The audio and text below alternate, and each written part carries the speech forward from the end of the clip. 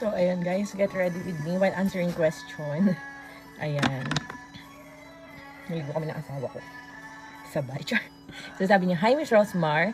Have you seen yung kay Queen Hera? Di po ba kayo na-alarma sa pag-post ng baby niyo? Scary na nowadays. So, ayan na. Magkakaiba kasi tayo ng opinion bilang magulang. Nalagyan mo na ako ng Rosmar Premium Painted Sunscreen sa aking face. Meron kasing sleep test ngayon sinutnat kasi di ba yung malakas silang humagok. Ipapacheck namin kung meron silang sleep apnea. Ayan. So, at first, kala mo di mo siya ka-shade. Pero pag pinahid mo siya, grabe no. Para siyang makeup. Para siyang foundation. So, wait lang. Tapusin lang natin. So, grabe. Ang ganda talaga niya. SPF 70 PA++++. So, ayan. Going back. So, bilang nanay, iba-iba tayo ng opinion. Ang sa akin, kaya ako pinupost yung mga anak ko para maging souvenir. Kasi nga, syempre, di ba parang nakakatuwa nga tingnan na parang ang dami nilang picture, videos, and pagtanda nila, mapapanood nila lahat and makikita nila lahat ng yun. So, yung pag-post-post ng ganyan, para sa akin, hindi ako scared or what. Ayan. Kasi, if ever naman na may gumawa nun sa baby ko, pwede naman ipahuli, ipa-NBI, di ba? Mga ninong naman yun sa NBI yung mga anak ko. So, madali lang naman yun i-trace. And, as long as na, hindi ko naman sila pinupost ng walang damit, kung edited man or kung i-edit. Di ko alam kasi kung ano ba sistema sa ganun eh. So, syempre ako bilang magulang, malulungkot, magagalit din talaga. Pero, feeling ko, hindi ako masyadong ma-alarma or what. Kasi, alam ko namang hindi naman yun yung anak ko and edited naman yun. Parang ganun. Or for example, ako, alam ko namang hindi ako yun. Edited naman yun. Parang ganun. Pero syempre, nakakainis yung mga taong gumagawa ng ganun noon. Parang ano ba? Nakakaloka sila. Parang, napag-usama namin yun ng asawa ko. Sabi ko nga sa kanya, daddy, anong isa-send nila doon? Kung hindi naman totoo na anak yun, Hira. Sabi ko nga ganun. Hindi ko rin alam. Hindi rin namin alam. So, baka siguro edited or what, ganun. So, ayan. Get ready with me muna bago kayo umalis sa aking video.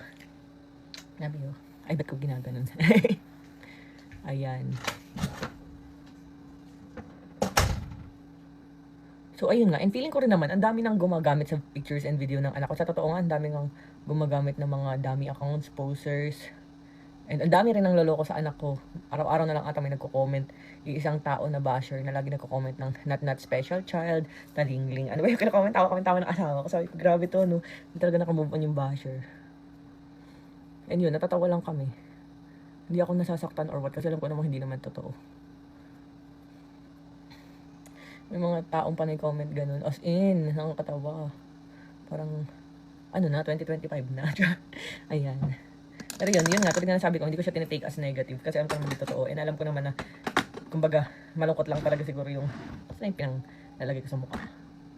Alam ko namang malungkot lang yung taong yun kung sino man yun nagtatago sa dami account na ganun. Yun, so, ayun. Let them be. Ayan, Milkshake Lip Tint by Rosmar. 49 lang to ha, bili kayo sa TikTok shop. Ayun, oh, grabe, super pigmented.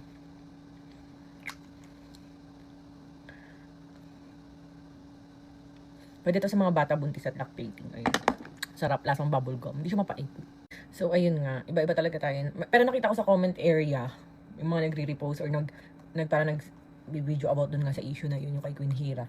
Nakita ko kung paano maging alarma yung mga nanay. May mga nagko-comment pa nga sabi, kapag ba naka-lock profile ako, ano ba? Parang makikita pa rin ba nila yung picture ng anak ko? Parang may mga ganun-ganun sila. Parang super scared talaga yung iba. Siguro depende rin talaga sa personality. Ewan ko, di ko alam. Ako kasi talagang medyo ano rin akong nanay. Pagdating sa anak. Protective, ganun. Pero, yun nga, parang hindi ako masyadong affected or what sa ganyan. Lalo kung alam kong galing naman sa mga taong, kunyari, mga dami account kayo, mga pambabash. Minsan nga may nagagamit ng picture ng anak ko. Ine-edit, yung mga wacky pictures, pinagtatawanan, okay lang.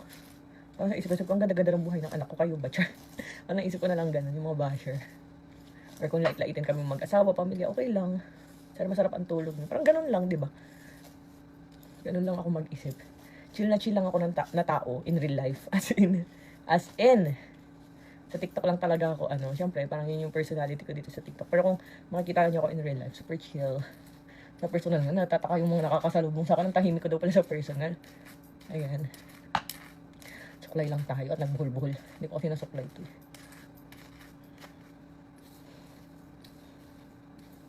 Pero yun nga, syempre, ibang ano rin naman yung about nga dun sa yung pagpo-post ng ganun.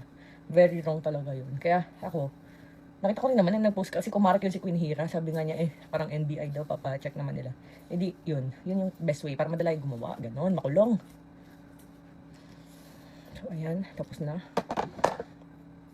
Ayan, milkshake lip tint by Rosmar lang and Rosmar Premium Tinted Sunscreen. So, ayan, mag-check out na kayo guys. Search nyo lang dito sa TikTok shop. Ayun. Oh, transfer proof.